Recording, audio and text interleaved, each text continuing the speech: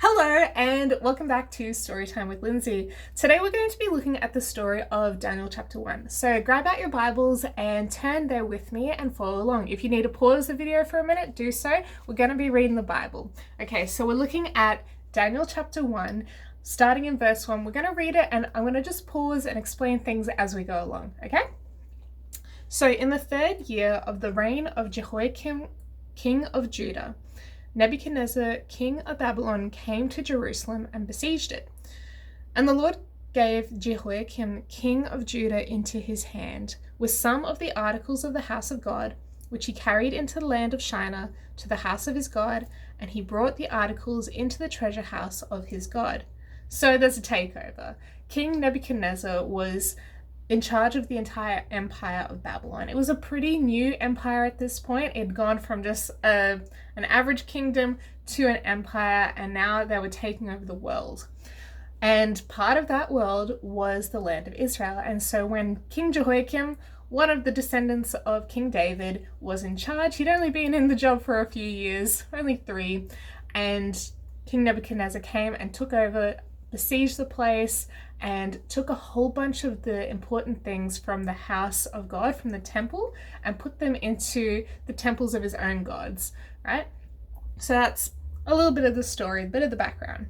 Then the king instructed Ashpenaz, the master of his eunuchs, to bring some of the children of Israel, and some of the king descendants, and some of the nobles, young men in whom there was no blemish, but good-looking, gifted in all wisdom, possessing knowledge and quick to understand, who had ability to serve in the king's palace, and whom they might teach the language and literature of the Chaldeans. And Chaldeans is another name for the ethnic group of the people of Babylon. So the king has an important task in mind, and he talks to this guy Ashpenaz, who's in charge of all his eunuchs, and he says, get some of the young men from the land of Israel that we've just, taken as captives, as slaves from this land. Get the ones who are born into nobility, the ones who are already educated, the ones who are intelligent, who have high IQ, who are also good looking, who don't have anything wrong with them, no broken arms or legs, or not, ugly or anything like that. The highest quality in every level. Get those guys and bring them, and we're going to teach them the language and literature of the Chaldeans. So we're going to indoctrinate them. We're going to put them through university. And that's exactly what it was. If we keep reading, it says, the king appointed for them a daily provision of the king's delicacies and of the wine which he drank, and 3 years of training for them, so that at the end of that time they might serve before the king. So 3 years of training is basically going to university, especially if you're going to learn another language and you're going to learn about the literature and about just the ways and the doings of the Babylonians or the Chaldeans, right? So the king has this special plan in place. Basically what he was doing was a tactic used in the ancient times of kings or emperors. They would take over people from other lands, but then they were like, I don't really know how the people in that land run their lives. I don't really know the culture and stuff. So you know what the best idea would be is get young people from those lands, teach them how to be a Babylonian, but then typically send them back to be in charge of the people of their own ethnic group, because they understand, how to be diplomatic in that particular setting. So it was really wise, actually, of King Nebuchadnezzar to do this, to take these young men and to indoctrinate them and to bring them up as politicians in Babylon, but also with that ability to be cross-cultural and go back to their own homeland if that's what he wanted to do with them. It ended up not being what he did with Daniel and his friends, but it would have happened with a lot of the other young people from the various countries that he'd taken over, the various kingdoms. He would have sent them back as delegates or as diplomats or whatever it was.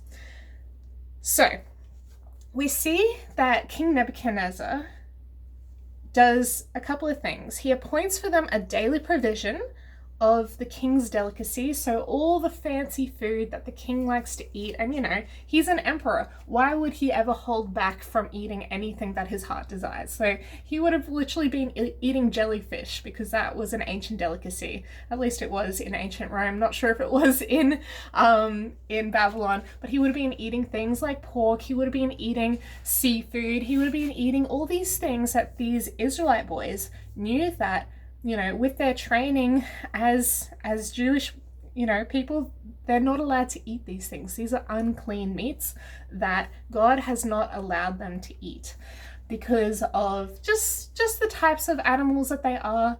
They are scavengers typically. If you look at the Levitical laws in Leviticus chapter 11, if you go through and see all the different animals that God has told the Israelites not to eat, they're typically not the cleanest animals in the first place. They don't eat grass or anything. They typically eat other dead creatures, and we don't want to be taking those toxins into our bodies. And God already knew this. He didn't have to explain step by step to the Israelites why they were bad foods to eat. He said, just don't touch them. You don't want to get the diseases from them. He didn't say that. He's just like, it's not a good idea. I don't want to have to like spell it all out to you guys. I don't know if you'll get it, but just like eat these things and don't eat these things, okay? And another thing about these delicacies, especially ones that were made of various animal meats, they would have been offered to the idols of that land. So I can't even remember off the top of my head what the names of the gods were in Babylon, but they would have been offered to these various gods as an offering before being eaten by any of the people. It's just a typical thing that people did in the ancient Near East. And so there was a dual sort of issue with eating the king's delicacies that the king had provided for all of these young men who were going through his university. And Daniel and his 3 friends noticed this pretty early on, and they weren't keen for it. So the other thing was, they didn't want to be eating foods that were offered to idols because they didn't want to be partaking in idol worship. And that's a pretty serious thing. Paul talks about it as well, how when foods are offered to idols, how we should be engaging with those types of foods for our own conscience. But these boys had a conscience in their minds that was speaking to them, saying we shouldn't be eating this. This has been offered to idols and it's also unclean. There's plenty of reasons right here why we shouldn't be eating these foods. So in verse 5 still, so he offers, he appointed for them daily provision of the king's delicacies, so these unclean foods, and of the wine which he drank. Now these boys who grew up in the palace, who would have been princes essentially, and close relatives of King Jehoiakim, they would have had access to delicacies that maybe were actually clean, or maybe they were even had access to unclean delicacies, because we don't know how good of a king Jehoiakim himself was really, and how closely he followed the laws of God. But wine, if you look through the Proverbs, which were around for a couple of hundred years by this point, by the time of Daniel and his friends, in Proverbs it speaks about leaving wine alone, especially if you are someone in authority like a king or some other type of ruler, like these young guys were princes, right? They were trained by their mothers that you leave wine alone. It impairs your judgment. It doesn't help you make good decisions. And when you're in charge of a lot of people, you need to make some really clear-minded decisions. You need as much mental ability as possible. And we know today that alcohol actually does damage brain cells permanently, and we don't want to be doing that to ourselves. And these boys, they just knew instinctively through their training as young people that they needed to leave this stuff alone. Like, very, very nice of you, King Nebuchadnezzar, to offer all of these beautiful, wonderful things that you think are great, but we kind of know better that this is not a good idea. Let's leave that stuff alone. So he offers and appoints these king's delicacies and the wine which he drank. So these came from King Nebuchadnezzar's own table. His own chefs prepared this. So it would have been such a high honor that he was bestowing upon these young guys. And in a sense, it might have also been an attempt to bribe them into, liking King Nebuchadnezzar. He's just stolen them from their homelands and made them walk thousands of kilometers away to go into captivity.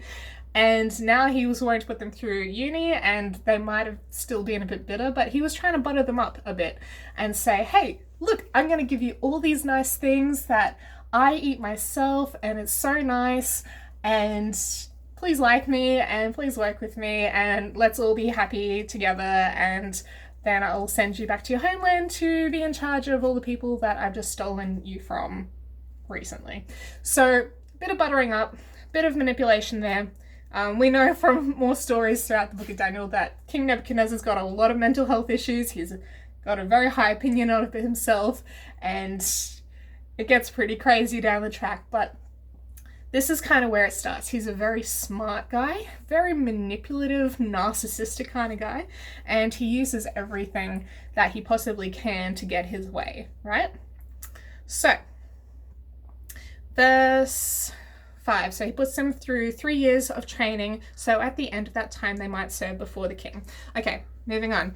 Now from among those of the sons of Judah were Daniel, Hananiah, Mishael, and Azariah.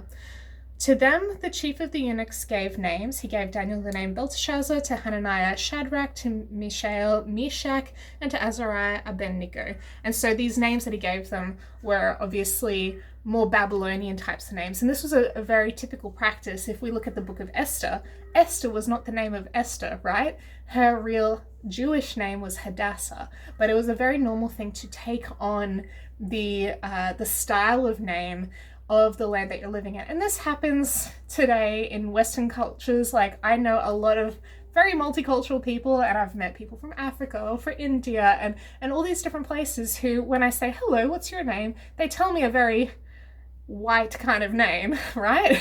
And I'm like, is that really your name? And they're like, no, my name is just too long or too hard to pronounce. I'm like, no, tell me, I'd like to hear your real name. It's really important because your name is really important to you. And so I really like to hear what people's real names are and encourage them to introduce themselves more authentically. But this is just a very normal thing to do, just to fit into the culture a lot easier, to make life a lot smoother when you're meeting new people, to not put them offside, to not make them, struggle to know your name or to remember it because it's so hard or so foreign. And so part of their assimilation into the Babylonian culture and society was being given these new names. Okay, so in verse 8 it says, but Daniel purposed in his heart that he would not defile himself with the portion of the king's delicacies, nor with the wine which he drank. Therefore he requested of the chief of the eunuchs that he might not defile himself. So noticing a couple of things. He purposed in his heart. Now I looked up this word purposed, and it means determined or set his mind, or, he made up his mind about this. He's like, nope, I am not going to defile myself. This is not going to happen. As soon as they start bringing the pork out on the platter, or the seafood, or whatever beautiful aromas that was going through his nostrils and everything, and the wine was going, and everyone was starting to get drunk around him. He was just sitting at the table going, I'm not going to be eating this, and if we don't have a chat about this soon, I probably won't be eating because I see that this is all there is to eat. It might have even taken him a couple of meals of deciding to go hungry before he actually had a chat with the guy in charge. And eventually he and his friends went up and spoke to, who was it? Was it Ashpenaz? Yes, it probably was. It was Ashpenaz. But it was Daniel. It was Daniel who purposed in his heart to not defile himself. It wasn't the other three guys so much. We see that it's Daniel who made this decision. And that's really important because as we see the story goes along, his three friends are part of the story and they do have strong faith in God as well. but it was Daniel who led the way. And maybe if Daniel hadn't been there, the three others may not have been as strong. It takes one person in a group of people to stand up for something, to stand up for what is right, and that can influence the other people around them and save them from sin or defilement or, going along with the thing that is wrong in this world. If there is a situation in your life that you see where you can stand up and say, I am not participating in this evil thing, in this thing that is wrong, by you doing that, that might set the ball rolling for the people around you to also stand up for God. So I really encourage you to dare to be a Daniel. It's the tagline that we've heard for so long for some of us. Dare to be a Daniel, stand up for what is right, and you might have a positive impact on the people around you. So, Daniel purposed in his heart that he would not defile himself, and we talked about this defilement a minute ago, where the food that he would eat, if he chose to partake in that food, it would have been offered to idols, or it would have been unhealthy for him, and the wine would have impaired his judgment. And he chose not to defile himself in those ways. Therefore he requested of the chief of the eunuchs that he might not defile himself. Now, he didn't say no to everything. He still was like, okay, I'll go along and be in this 3-year university degree. I don't really want to be here, but I'm here. I'm going to make the best of it. He didn't say no to everything. He wasn't just being rebellious for the sake of rebellion and standing up for his country or anything like that. No, he was standing up for what was right in the eyes of God. Just keep that in mind, because sometimes we can go a little bit too far for the things that we stand up for, and they might not always be things that God wants us to stand up for. Maybe we go a little bit far and we presume the things that God wants us to stand up for. Really check in with what the Bible requires of us, and sometimes the Bible requires of us to just go along with what the authorities are telling us to do to some degree, if it's okay. So keep that in mind, okay? Now God had brought Daniel into the favor and goodwill of the chief of the eunuchs. And the chief of the eunuchs said to Daniel, I fear the Lord my king, who has appointed your food and drink, for why should he see your faces looking worse than the young men who are your age? Then you would endanger my head before the king.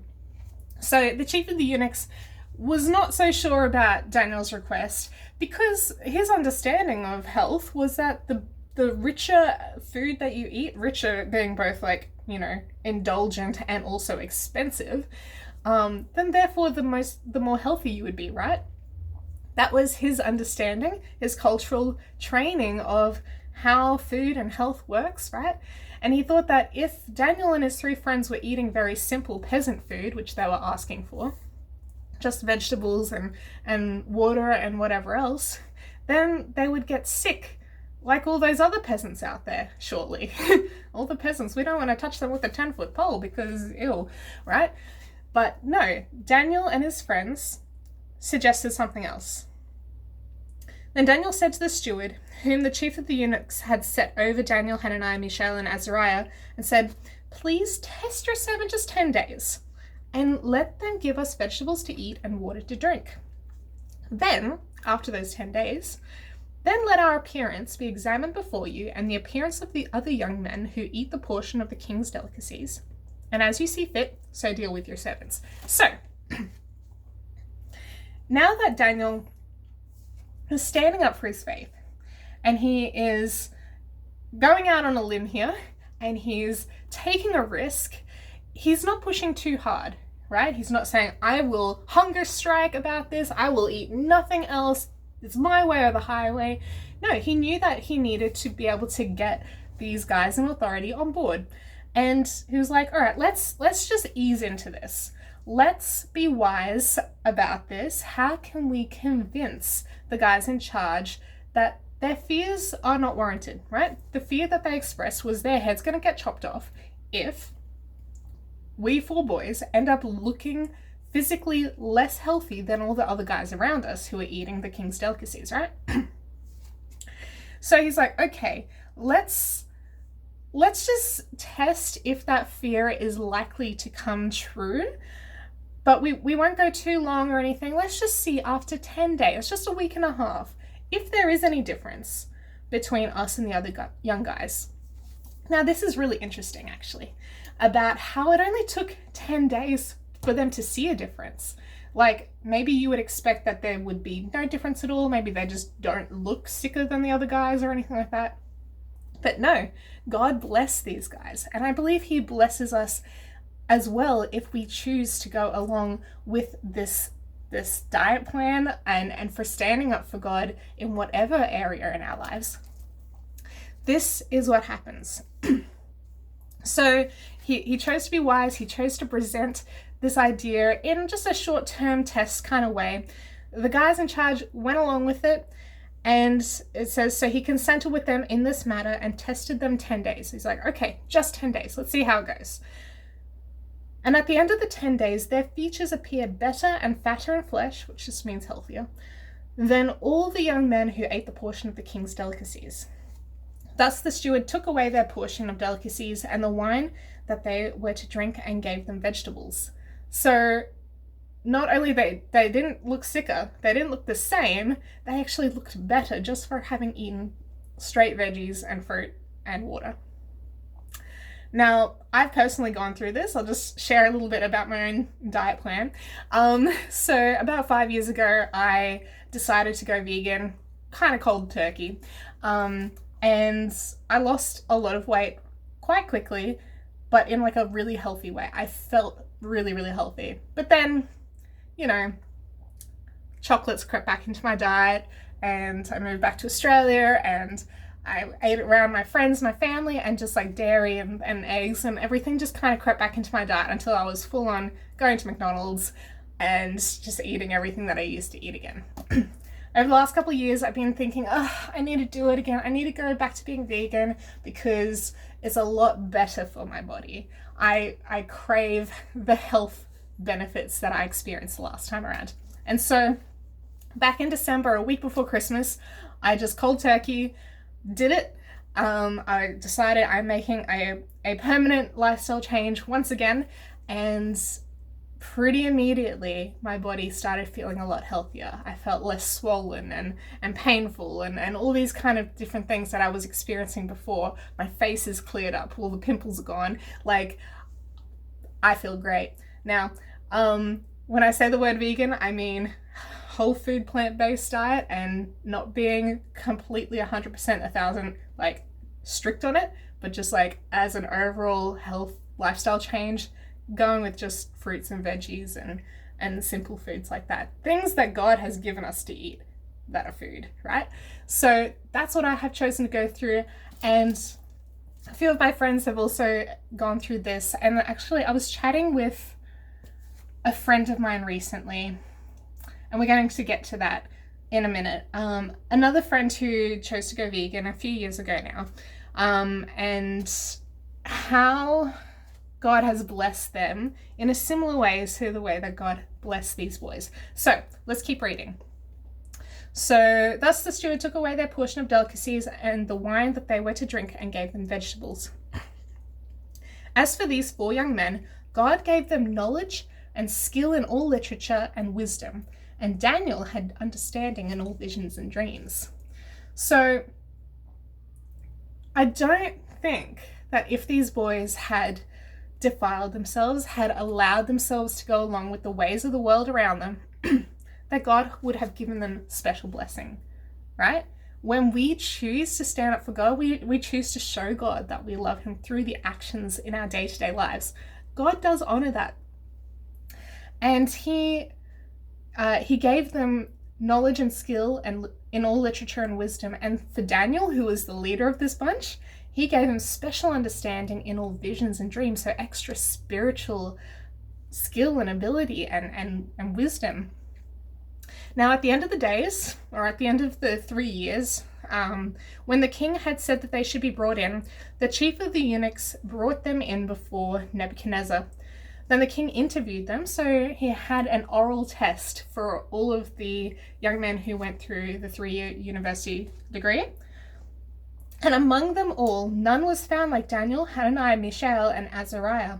Therefore they served before the king. So these 4 boys, because they stood up for God, they stood up for not choosing to defile themselves and to live a simple, healthy diet, the diet that God has given us in the Garden of Eden, as it turns out. When God saw their commitment to him, he blessed them, gave them skill and wisdom, and they were so much more skilled and so much wiser than everyone else that they got the promotion. They got the job in the end. Nobody else got the job. They got the job. And in all matters of wisdom and understanding about which the king examined them, he found them 10 times better than all the magicians and astrologers who were in all his realm. So out of all the guys who were already politicians, who were already magicians, spiritual guys, astrologers, people who looked at the stars and made predictions and all these types of things in this very pagan religious kind of country that they were in, out of everyone who already was in position, so not only were they the best out of their university degree, but they were 10 times better than all the guys who were already on the books working for King Nebuchadnezzar. 10 times better, and they were just young guys straight out of college. That is the kind of blessing that God can give you if you stand up for him. I remember, so I was chatting with my friend a couple of weeks ago as I first started reading this, and we were just talking about how God blessed these guys. My friend was telling me back when he was in high school, he was actually doing really terribly with a lot of his studies. He hated his classes. He was just no good at them at all. But then he decided to start praying, decided to start getting closer to God, and he specifically asked God to help him with maths. Just a subject. I don't know why he didn't pick all of them, but he prayed, God, help me with maths. And now before this, all of his friends, all the people at his school would make jokes like, oh, we'll be fine so long as we're better than this guy, right? This is what he was telling me, and it sounded very embarrassing to me. I'm so sorry to hear that. But he was the guy who was so far down with all of his classes that everyone else was like, as long as we're better than him, we'll be okay. But he started praying that God would bless him in his studies of maths. And you know what? He actually saw the results. God gave him so much blessing and skill in this area that he ended up doing an engineering degree. So when you pray about these things, when you simply ask God to help you, and when you simply dedicate your life to God, God does bless you. Yeah. So that's pretty much it. Thus Daniel continued until the first year of King Cyrus, and King Cyrus came much, much later. King Cyrus was a Persian. Basically, from the time that Daniel and his 3 friends were very young, so they could have been 18, they could have been a bit younger, a bit older, around that age, they went through this 3-year uni in a whole other part of the world, having had to learn a whole other language, and they were still better than everyone by 10 times. I don't know how you calculate how good, how intelligent, how smart, how wise somebody is, but then how do you calculate that person is now 10 times better than all the other guys? It boggles my mind. But somehow they made these calculations and Daniel and his friends were working for the king at the highest levels for such a long time. Now, as we look through the following couple of chapters, we see that every time that the king has an issue and Daniel is used to give the response from God, King Nebuchadnezzar ends up promoting Daniel, or promoting his 3 friends who full on, say no to the king at first. Every time that God shows up with these guys, they get a promotion. It's just like they're kind of going along with the whole situation. The king is being crazy, as he often is, until right at the end when he's converted. But when they dedicate themselves to God, they end up experiencing the blessing of God, even though that's not what they're setting out to do. They're just doing what they have to just to get through life. And they're also fully committed to God. So my encouragement for you right now is fully commit to God. If there is an area of your life that you feel like you're compromising in, or you're tempted to compromise in, whether it's about keeping God's holy day sacred, or if it's about looking after your body with the health principles that God has given us in the Garden of Eden, or if it's got to do with your relationships in your life, anything that God has set out an example in his original plan in the Garden of Eden, or in the way that he runs his government in heaven, or whatever it is, the 10 Commandments, if there is something that is tempting you, or you are already in sin, I encourage you to repent, turn away from that thing, pray to God to help you to turn away from that, and get him to help you start changing your habits and live for him completely. Go out of your way to share the gospel with others, and you will experience blessing. That's my encouragement for you guys tonight. I really hope it blessed you. Please let me know in the comments, and share this with a friend if you think there's somebody who needs to hear this. Yeah, love you guys. I'll see you again next Friday. Bye.